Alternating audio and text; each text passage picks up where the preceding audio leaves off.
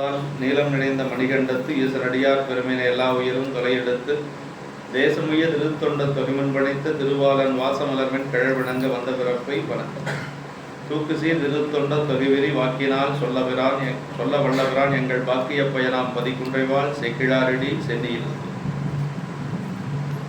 எல்லாம் வல்ல பெருமான் அருந்தரும் பன்னாருடைய திரு நனாவுடையாருடைய திருவடிகளை வணங்கி எம்பெருமக்கள் நாயன்மாருடைய பொன்னார் திருவடி தாமர்களை மனமொழி மைகளாலை வணங்கி அடியாருடைய ஞானசிரி பிறந்தையருடைய திருவடி தாமர்களை கரணங்களாலை வணங்கி எழுந்தருளி இருக்கக்கூடிய அடியார் பெருமக்களுடைய திருவடியில் எல்லாம் வணங்கி அமைகின்றேன். அன்பார்ந்த சிவனை செல்வர்களே, அல்லரும் அன்னபூரணி தாயாருடன் கைலாசநாத பெருமானுடைய திருவருள் துணை கொண்டு நம்ம தொண்டர் புராணத்தில் சென்ற வகுப்பில் நம்முடைய திருப்பைஞ்சியிலே பெருமான் அணைந்தது, இறைவன் அவருக்கு கட்டமது கொடுத்தது, இதெல்லாம் நம்ம சிந்திச்சோம் இல்லைங்களா? காவும் குளமும் சமைத்து காட்டி வலிவோம் கருத்தினால் மேவும் திருநீற்று அந்தனராய் விரும்பும் பொதிசோறு கொண்டு நாவின் தனி மன்னருக்கு எதிரே நன்னியிருந்தார் விண்ணின் மேல் தாவும் புள்ளும் மண்கிளைக்கும் ஏனமும் காண்பறியவர்தாம் என்று சொல்லி பெருமான் ஒரு அந்தனர் கோலத்தில் திருநீற்று அந்தனராக இல்லைங்களா?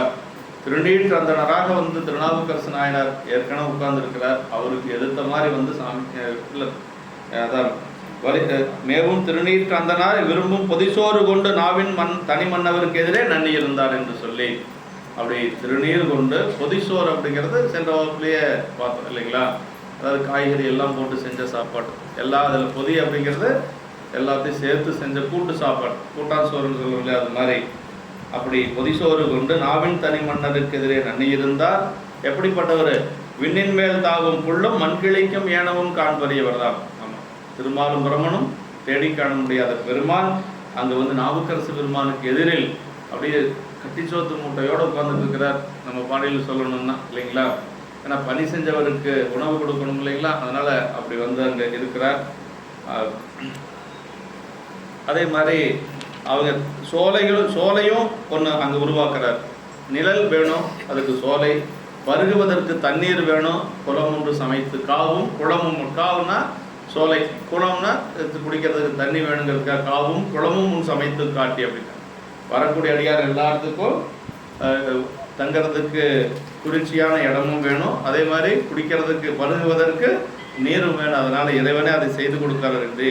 இப்படி எல்லாம் அப்படி சாப்பிட்டு அவங்க இலைப்பாரி கொஞ்சம் இலைப்பும் பசியும் தாகமும் தீர்த்து அப்படியே கொஞ்சம் நேரம் ஓய்வு எடுத்துட்டு அதுக்கு பிறகு அவங்க அங்கிருந்து வழிபாட்டுக்கு போக போறாங்க. அதான் இந்த 308வது திருப்பாட்டு பார்க்கணும். எய்ப்பு நீங்கி நின்றவரை நோக்கி இருந்த மறையவனார் அப்பால் எங்கு நீர் போவது என்றார் அரசும் அவர்க்கு எதிரே செப்ப வரியான் திருப்பைஞ்சேலைக்கு போவது என்று உரைப்ப ஒப்பிலாரும் யானங்கு போகின்றேன் என்று உடன் போந்தார். சாமி எங்க போறீங்கன்னு கேட்டிருக்கிறாரு. அவர் திருப்பைஞ்சேலிக்கு போறேன்னு அப்புறம் தான் நானும் அங்கதான் போறேன், இவர் தான் அங்கே இருக்கக்கூடியவர்னு சொல்ல பாருங்க, நானும் அங்கே தான் போகிறேன் என்று சொல்லி சாமி அப்படியே முன்னாடி போயிட்டு இருக்கிறார். அப்படி முன்னாடி போகிற மாதிரி கொஞ்சம் தூரம் போய் மறைய போகிறார். எய்ப்பு நீங்கி நின்றவரை அப்படியே திருச்சிராப்பள்ளியிலிருந்து நடந்து வரார் இல்லையா? திருச்சிராப்பள்ளியிலிருந்து அப்படியே அந்த திருப்பராய்த்துறையெல்லாம் வழிபாடு செய்து கொண்டு அப்பர் சாமிகள் நடந்து தானே வரணும். அதான் எய்ப்பு நீங்கி நின்றவரை அப்படிங்கிறார். இழைப்பு நீங்கி நின்ற அரசுகளை இருந்த மறையவனார் நோக்கி, மறையவனார் பெருமான் அவரை நோக்கி சொல்றார், இனி அப்பால் நீர் எங்கு போகின்றீர்?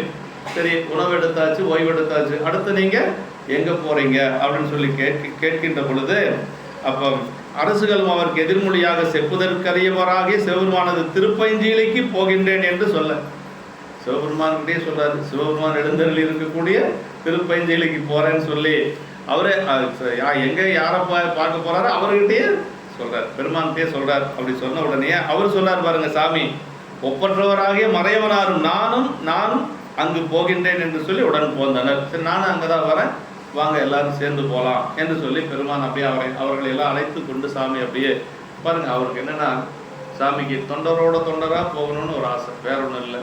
அடியாரோட அடியார அவரும் சேர்ந்து போறார் திருப்பைஞ்சேலிக்கு. அதை சொல்றார். நின்றவரை நோக்கி இருந்த மறையவனார் பொதிசோர் உண்டு நீரும் அருந்து தளர்வொழிந்த நாயனார் மேல் சிறிது போதும் அங்கு தங்கி வீற்றிராது நின்றபடியே திருப்பைஞ்சேலி நோக்கி மேற்செல்ல நின்றனர் என்று சொல்லி சொல்றார்.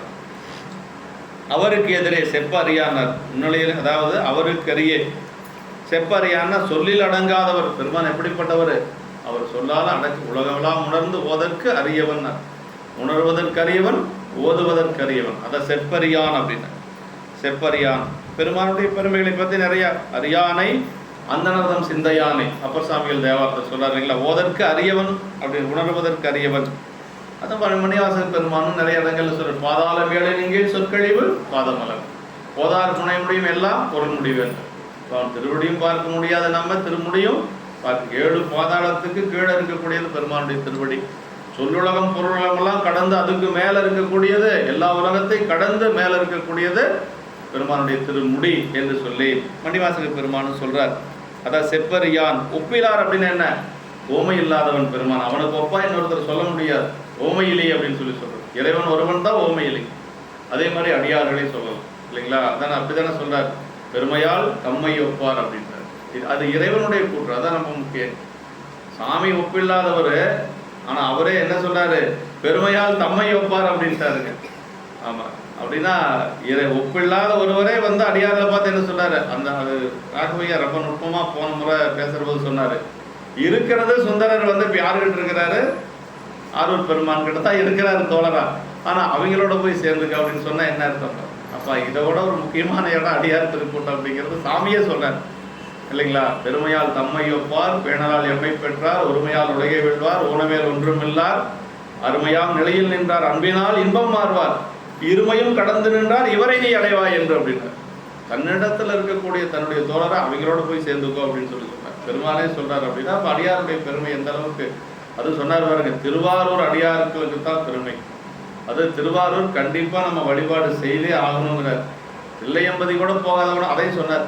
தில்லையம்பதி கூட போகாதவன் பரவாயில்ல, திருவாரூர் வருஷத்துல 2 முறையாவது போகணுன்றார்.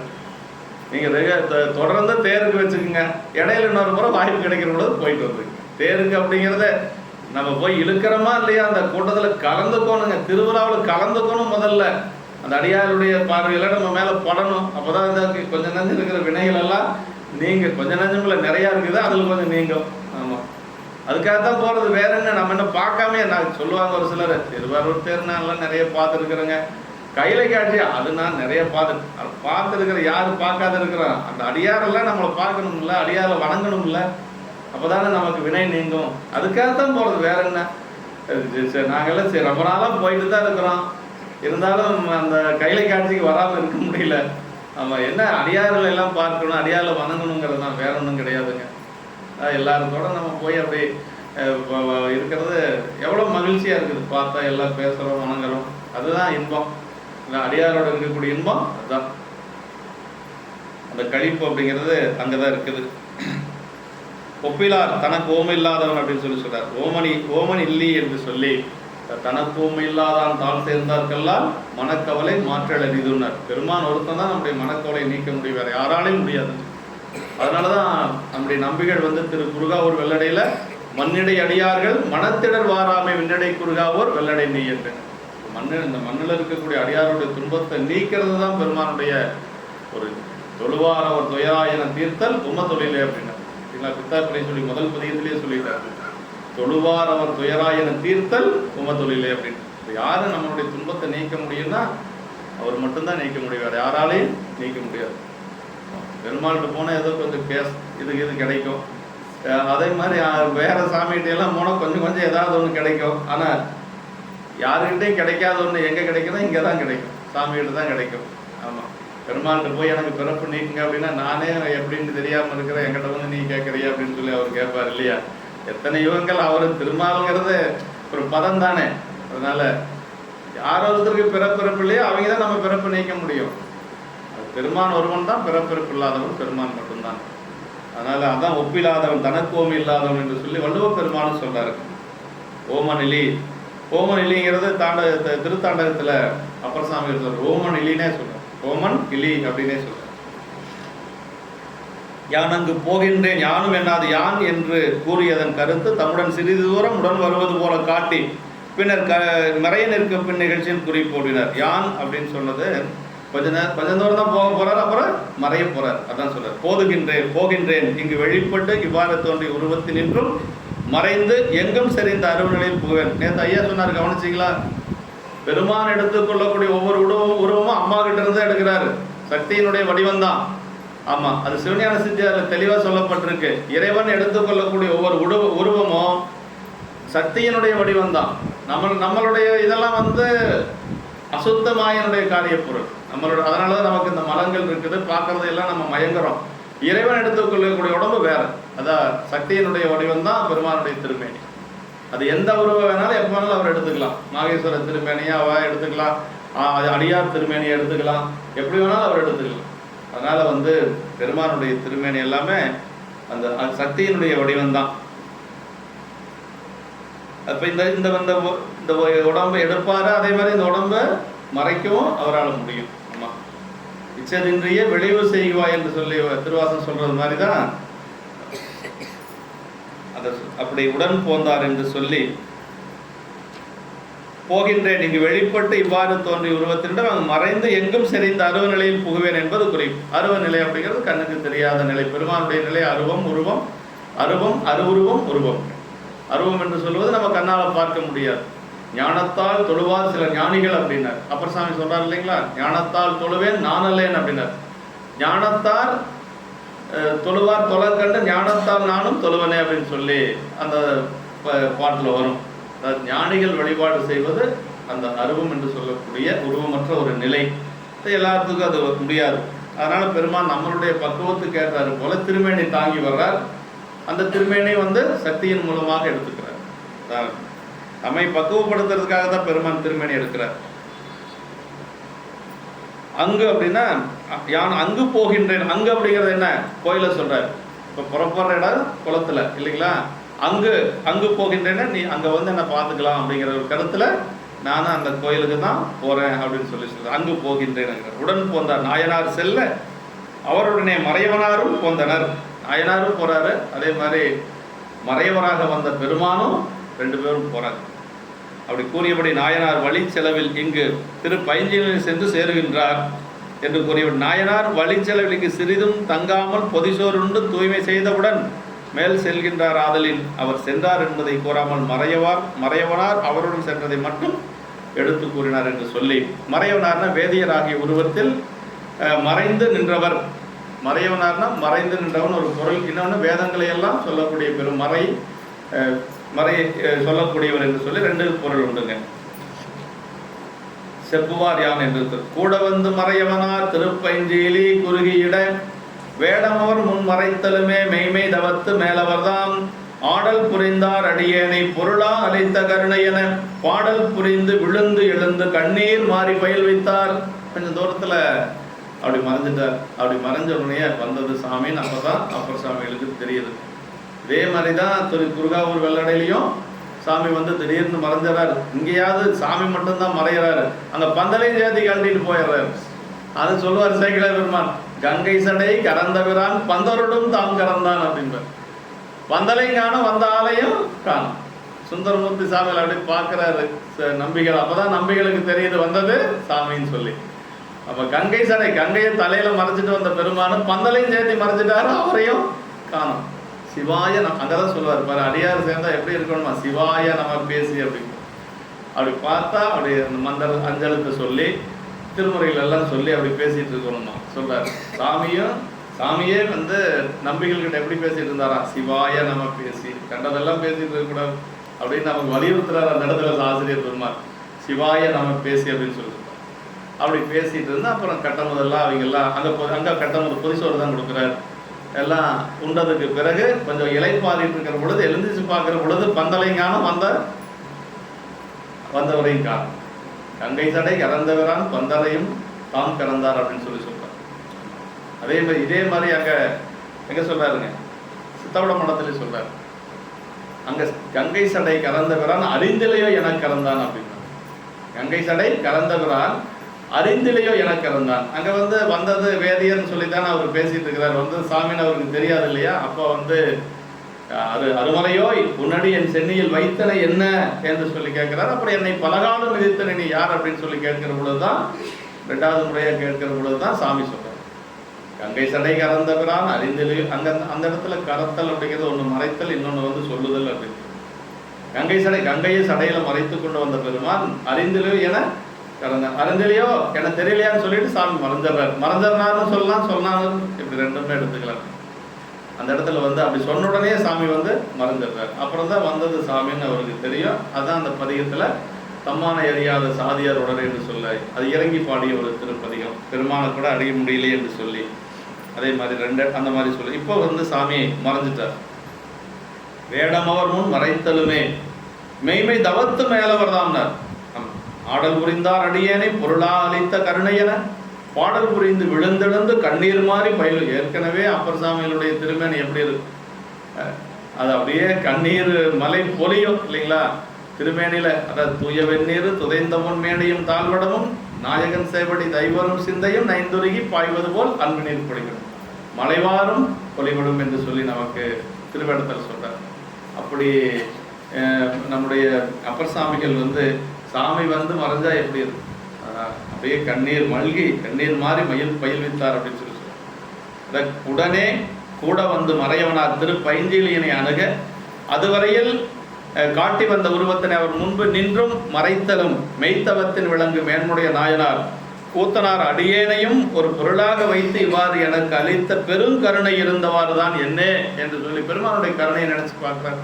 எனக்கு கூட பெருமான் இப்படி எல்லாம் ஒரு கருணை செய்து வந்து இருந்து உணவுங்கிற வரைக்கும் கூட இருந்து கூடவே வந்து அப்படி மறைந்து போறாரே என்று சொல்லி இருந்தவாறு தான் என்ன என்று பாடி கீழே விழுந்து எழுந்து கண்ணீர் மழை பொழிந்து சிவானந்தத்தில் திளைத்தனர் என்று சொல்லி அதுவரை நாயனார் நோன்பு காட்டி வந்த மேவும் திருநீற்று அந்தனராகிய ஒரு வேடம் அப்படிங்கிற இடத்துல திருநீற்று அந்தனராகிய வேடம். திருநீர் பூசிருக்கிற ஒரு அந்தனராக இல்லைன்னா அவங்க வாங்கி சாப்பிட மாட்டாங்க, யாரு கொடுத்தாலும் சாப்பிட மாட்டாங்க. நம்ம நம்முடைய பரமாச்சாரியார் திருநீர் பூசி இருந்ததுனால தான் அவர் அந்த உணவையே வாங்கி உட்கொள்றார், இல்லைன்னா வாங்க மாட்டாங்க. நம்மளே வந்து எப்படின்னா யாராச்சும் ஏதாச்சும் ஒரு பொருள் வாங்கி சாப்பிட்றோன்னா திருநீர் பூசி இருக்கணும், குறைஞ்சபட்சம் திருநீராவது பூசி இருக்கணும். அதான் ஞானசம்பந்த பெருமானுடைய அப்பா சிவபாதகிருதியர் யார் கொடுத்த பாலடிசில் உண்டான்னு சொல்லி ஏன் மிரட்டின எச்சில் மயங்களை ஈதிட்டாரை காட்டென்று கை சிறியதொரு மாறு கொண்டு ஓச்சினார் அப்படின்னா யார் கொடுத்தாலும் வாங்கி சாப்பிடக்கூடாதான். கொடுக்குறவங்களுடைய பழக்கம் அந்த குழந்தைக்கு வந்து, அதனால வந்து குழந்தைங்க வந்து ரொம்ப ஜாக்கிரதையாக நம்ம வளர்க்கணும். யார் என்ன பொருள் கொடுக்குறாங்களோ அதை வாங்கி உண்கின்ற பொழுது கொடுக்குறவங்களுடைய அந்த ஒரு வாசனை அந்த ஒரு குணம் வந்து குழந்தைங்களுக்கு வந்துடுமா. அதனால தான் வந்து எல்லா பக்கம் குழந்தைகளை சாப்பிடக்கூடாது அப்படின்னு சொல்லி நம்ம மிரட்டுறது. அதான் ஞானசம்பந்த பெருமானுடைய அப்பாவும் அதை தான் செஞ்சார். அப்போ தான் வந்து உமைங்கிறது பின்னாடி தான் அவருக்கு தெரிஞ்சது. ஆடல் புரிந்தார் உலகமும் பல்லுயிரும் ஒன்றி நிறைந்தோங்கி இலகம் சிவனாகி ஐந்தொழில் பெருங்கூத்து இயற்றும் எம் இறைவனார் என்று சொல்லி சொல்றார். புரிந்தார்னா வினை புரிந்தாராகி இறைவர் என்று சொல்லி அடியேனை அடியேனாகி என்னையும் என்று சொல்லி சொல்றார்.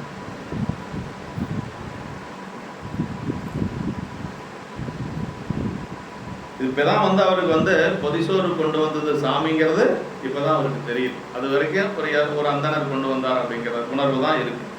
அடியேனை அடியேனாக என்னையும் என்று சொல்லி சொல்றார். அடியேன் என்பது ஒன்றுக்கும் பற்றாதவனாய் கடை தொண்டு செய்து தெரியும் என்னையும் என்று குறிப்பிட நின்றது. எனக்கு கூட பெருமான் வந்து இப்படி எல்லாம் கருணை செய்திருக்கிறானே என்று சொல்லி அதை நினைக்கிற பொழுது இன்னும் பெருமான் மேல அன்பு அதிகமாகும் இல்லைங்களா. திருநெல்வாயில் அறத்துறை இறைவர் தமக்கு முத்து சிவிகை முதலியவற்றை அருளிமை கண்டபோது ஆணுடைய பிள்ளையார் இவ்வாறே என்னையும் பொருளாக இன்னருள் புரிந்தருளும் பொன்னடித்தள தாமரை போற்றி என்று எழுந்தார் என்று சொல்லி பிள்ளையாருடைய புராணத்தில் வருதுங்க. அவரே அப்படி சொல்றாருன்னா பாருங்களேன். ஞானசம்பந்த பெருமானே என்ன சொல்ற, என்னையும் பொருளாக இன்னருள் புரிந்தருளும் பொன்னடித்தள தாமரை போற்றி என்று சொல்லி இருந்தாராம் பிள்ளையார். 226வது பாட்டுல அந்த புராணத்தை சொல்லியிருக்கிறார். அப்படி பாடல் புரிந்து திருப்பதிகம் பாடியது தளத்து புறம்பருகில் மறையவனாகி உடன் வந்த மறைந்தவுடன் பாடியது. மறைஞ்சவுடனே ஒரு பதிகம் பார்க்கலாம், அந்த பதிகம் பார்க்கலாம். இப்பதிகம் இந்த பதிகம் இல்லை கிடைத்தலும், அந்த மறைஞ்சவுடனே ஒரு பதிகம் பாடுறாரு பாருங்க, அந்த பதிகம் கிடைக்கல அப்படின்னு சொல்றாங்க. கிடைத்தனது இப்போது கிடைக்கும். உடையர் கோவணம் என்று சொல்லக்கூடிய திருத்தொரு குறுந்தொகை கோயிலுக்கு சென்று வணங்கி சாமி முன்னாடி பாடியது. அது 5ஆம் திருமுறையில் வரக்கூடியது. அது சாமி முன்னாடி பாடிய திருப்பதிகம் 5ஆம் திருமுறையில் வரக்கூடியது. முதல்ல பாடின திருப்பதிகம் நமக்கு கிடைக்கல. விரும்பும் தமிழ் மாலைகள் பாடி என்று சொல்லி சொல்றார். விரும்பும் தமிழ் மாலைகள் பாடி என்று சொல்றார். பாடல் புரிதல் வீழ்தல் எழுதல் கண்ணீர் பயில்தல் இவை இறைவனால் தம்பார் செய்த கருணையன் அறிந்த போது நிகழும் மெய்ப்பாடுகள் வந்தது பெருமான் தெரிஞ்ச உடனே கீழே விழுகிறாரு, எழுந்திருக்கிறாரு, கண்ணீர் அப்படியே தாரதாரையா வருது. இது பெருமான் அறிந்ததுக்கு பிறகு அவருக்கு ஏற்பட்ட அந்த மெய்ப்பாடுகள். சிவானந்த பெருவாழ்வில் திளைக்கு மெய்த்தவத்தார்வாலே நிகழ்வன. இது எல்லாத்துக்கும் வராது. அந்த சிவானந்தத்தில் பெருவாழ்வில் திளைத்திருக்கக்கூடிய மெய்த்தவர்கள் பால் தான் அந்த மாதிரி வரும் அப்படின்னு சொல்றார். ஆடல் புரிந்தார் வெளிப்பட வேடங்காட்டி நின்றபோது அறிய வாராது, மறைந்த போது அறிய வருவது திருக்கூத்தினுடைய பெருமை என்று சொல்லி மெய்மெய்தவத்து மேலவனார் அதில் இறைவர் இவ்வாறு வெளிப்பட வந்து கருணை அளித்தனர் என அதற்கு காரணமும் குறிப்பிட்டிருக்கிறார். இந்த ஒரு பாட்டு பார்த்துட்டு அப்புறம் பதிவுக்கு போய்க்கலாம்.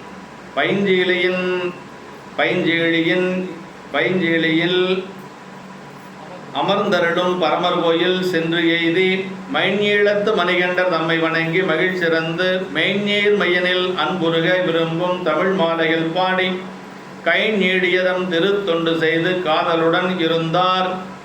அது பைஞ்சேழி, மைஞேழி, மெய்நீர், கைநீர் சொல்லி அப்படியே அந்த பாருங்க எதையும் போன எப்படி அமைச்சிருக்காரு ஆசிரியர் பெருமான். ஒரே மாதிரியே இருக்கு பாருங்க. பைஞ்சேழி, மைஞீழத்து, மெய்நீர்மை, அப்புறம் கை நீடிய என்று சொல்லி அப்படி தமிழ் படிச்சவங்களுக்கு இதெல்லாம் அனுபவிப்பாங்க. நமக்கு என்ன தெரியுது? தமிழ் படிச்சவங்களாம் உட்கார்ந்து இருக்கிறாங்க.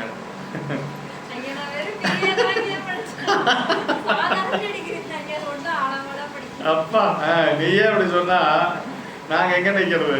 ஏமா அருமையா இருக்குது பாருங்க. பைஞ்சேழி, மைஞ்சேலத்து, மெய்நீர்மை, கை நீடிய. நேற்று கூட ஐயா சொன்னார் பாருங்க.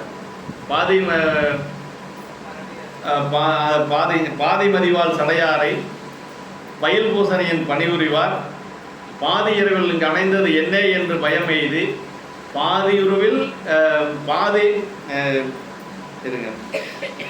பாதி ஓயால் திருவுருவில் பரமராவது அறியாது பாதி மதிவால் முதலாரும் பதைத்து வந்து கடைந்திருந்தார். பாதி பாதி பாதின்னு அது வரும். 4 வரை அதே மாதிரியே வரும். ஆமாம், அதில் அந்த 3வது வரை எனக்கு ரொம்ப பிடிக்குங்க.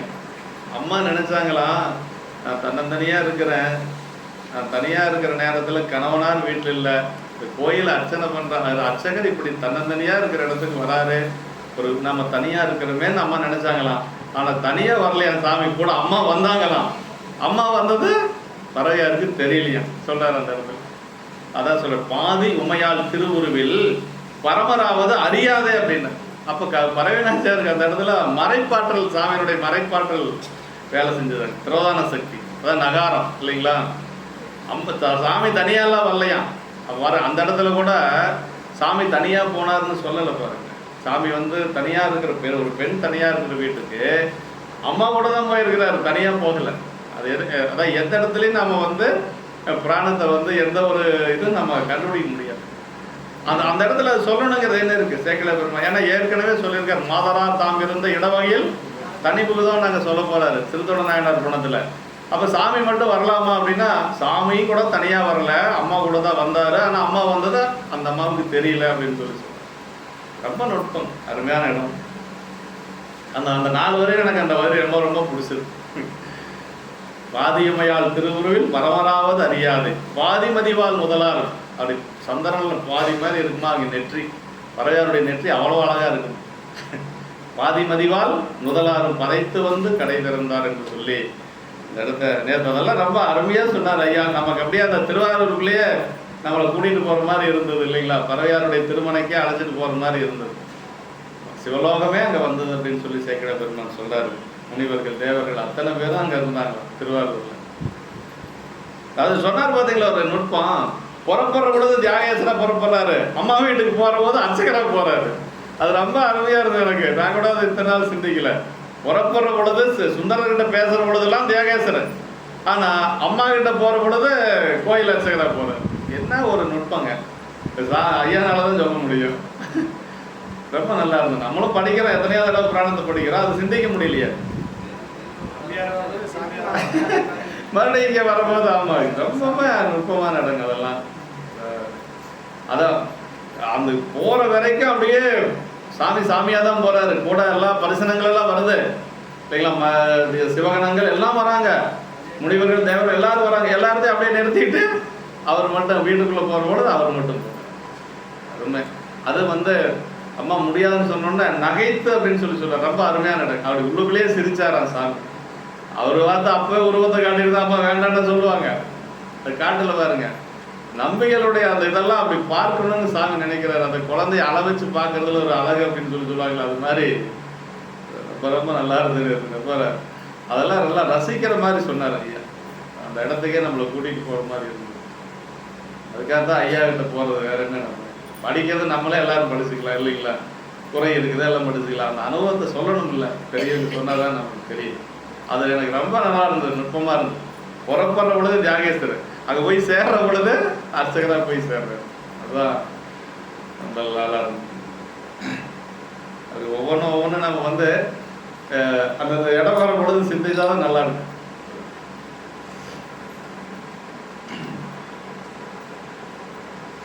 அதுக்கு முன்னாடியே 2 பேர்த்த அனுப்புறாங்க அம்மா. கற்றறிந்த மாந்தர்கள் அப்படின்னு சொல்லுவார் சேகலாபுரம். நல்லா திட்டி அனுப்பிச்சிருச்சு அந்த அம்மா.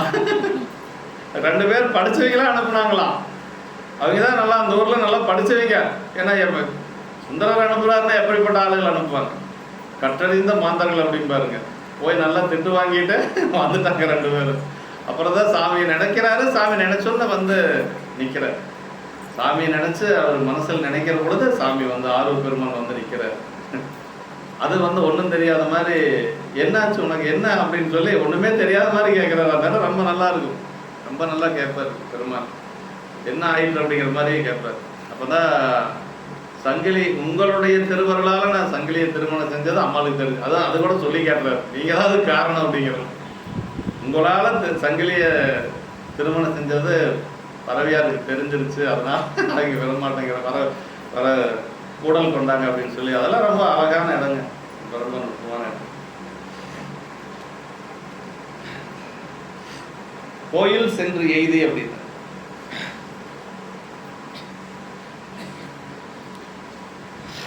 இப்படி திருப்பஞ்செயலிகள் விரும்பி எழுந்தருள் இருக்கும் பெருமானது திருக்கோயிலை சென்றடைந்து கரிய அழகிய நீலகண்டராக இறைவனை வணங்கி, அதை மைநீளத்து மணிகண்டர் தம்மை வணங்கி அப்படிங்கிறார். அப்படி நீலகண்டத்தையுடைய கரிய நீலகண்டத்தையுடைய அழகிய திருநீலகண்டராக இறைவனை வணங்கி மிக களிப்படைந்து உண்மை பண்பின், அதாவது சொல்றார், மெய்நீர்மையனில் அன்புருக அப்படின்னார். அப்படின்னா நல்லா அந்த உண்மை பண்பின் நீடிய அன்பு உள்ளுருக விரும்பும் தமிழ் மாலைகள் பாடினர். தமிழ் மாலைகளாகிய தேவார திருப்பதிகங்களை பாடி நீடிய கை திருத்தொண்டு செய்து காதலோடும் அங்கு எழுந்தருள் இருந்தனர். அப்படியே அன்போடு சாமி வந்து இந்த கட்டமுது கொடுத்ததை நினைச்சு பெருமான் மேல அன்பு பெருகுது நாவுக்கரசு பெருமானுக்கு. அப்படி அன்போடு அங்கு கொஞ்ச நாள் இருந்திருக்கிறார். கோயில் சென்று எய்தி அப்படின்னார்.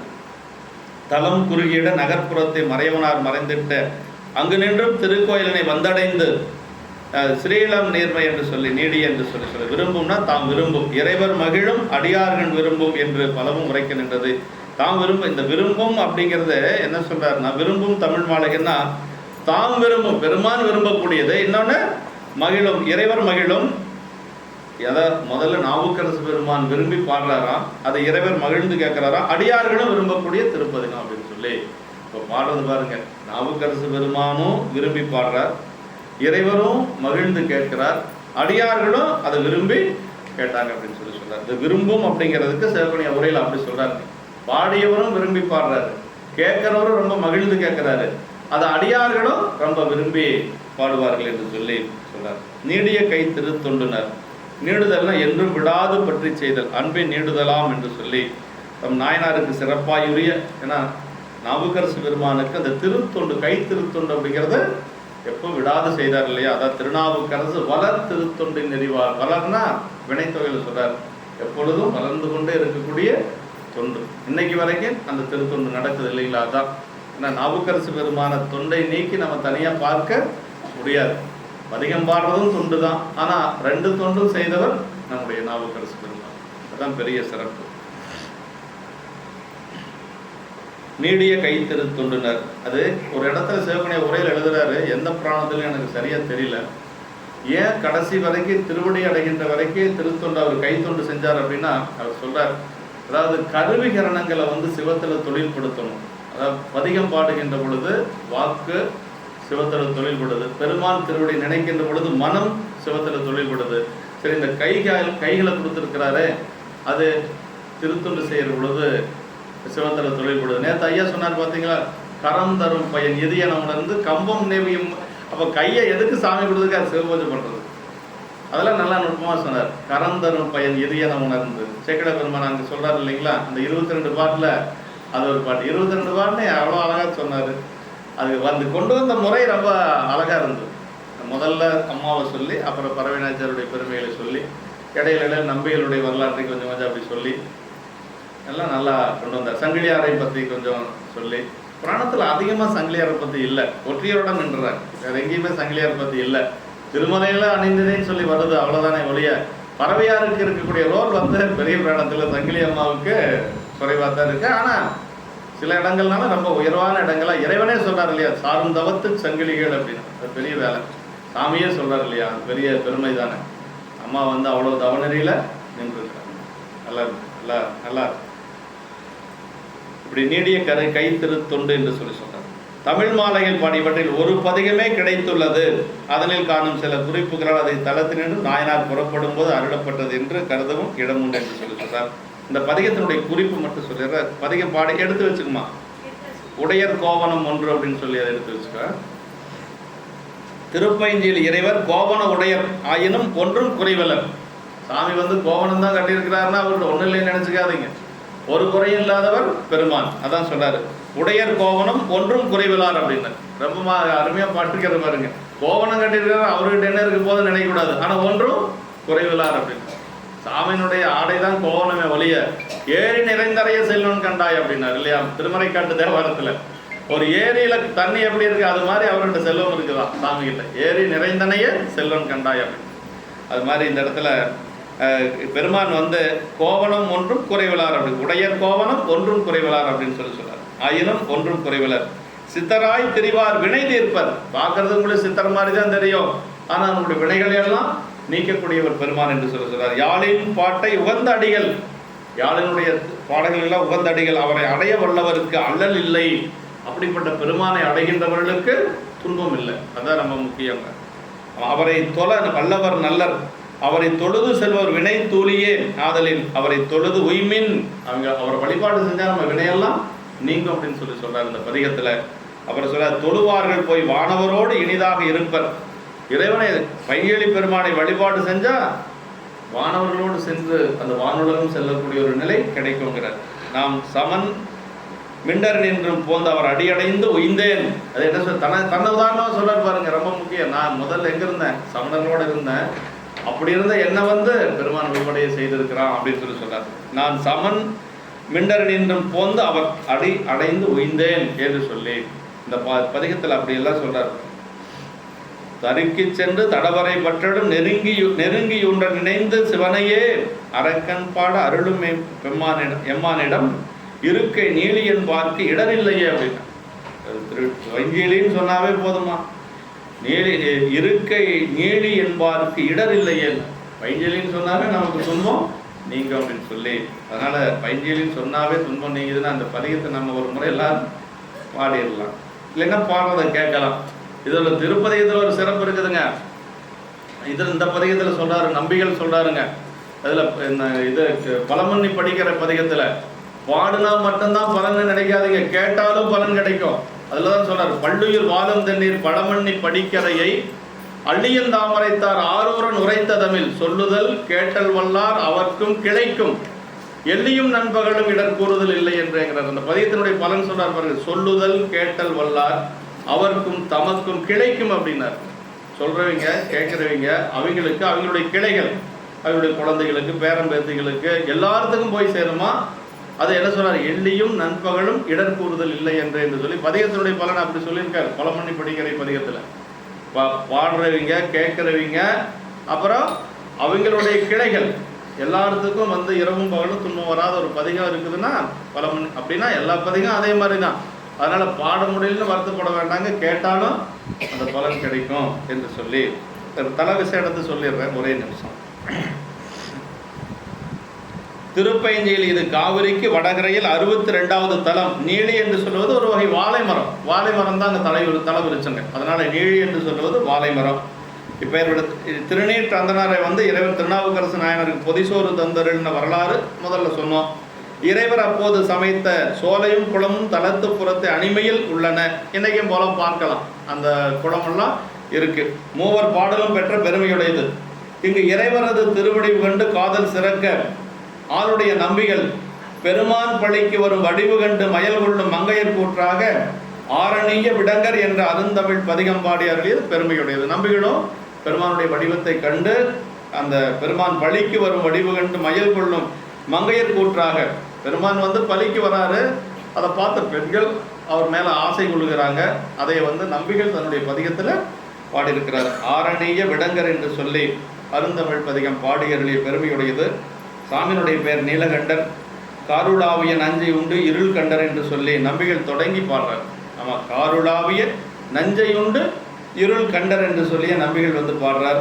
நீடி என்ற வாளை கோயில் சுற்றில் இன்றும் தூறுகளாக காண உள்ளது என்று சொல்லி அதன் இலை காய்கனி முதலியவற்றை இறைவருக்கே பயன்படுத்த வல்லது, வேறு எவரேனும் தமக்கு பயன்படுத்துவரில் நோயுறுவது இன்றும் காணப்படும் அதிசயம். அங்கே இருக்கக்கூடிய வாழை மரத்தில் எந்த ஒரு பொருளையும் நம்ம பயன்படுத்தக்கூடாது, எல்லாம் இறைவனுக்கே பயன்படுத்தக்கூடியது. அப்படி ஏதாவது பயன்படுத்தினா அவர்கள் நோயுறுகிறார்கள் என்று சொல்லி சிவப்பணிய உரையில் கொடுத்துருக்குறாங்க.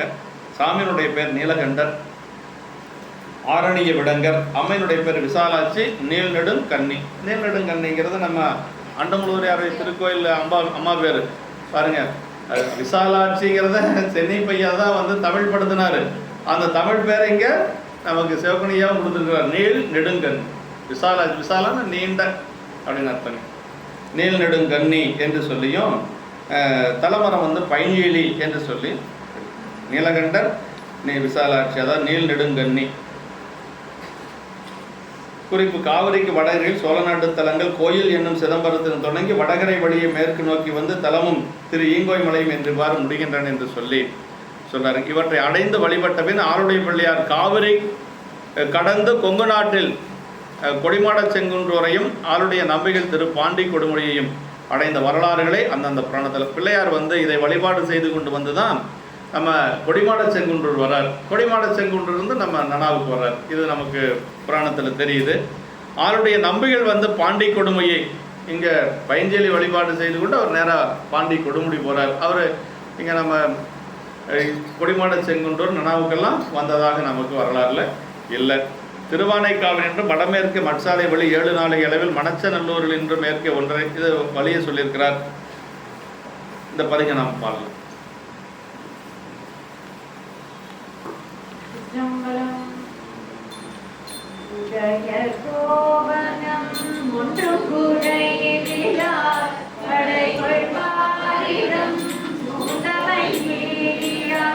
சடையில் கங்கை கரித்த சகூரரை அடைய வல்லவற்று இல்லை அவரமே மற்ற மாமல சுகியமைந்தனார் சித்தராய் திரிவாகினை தீர்ப்பராய்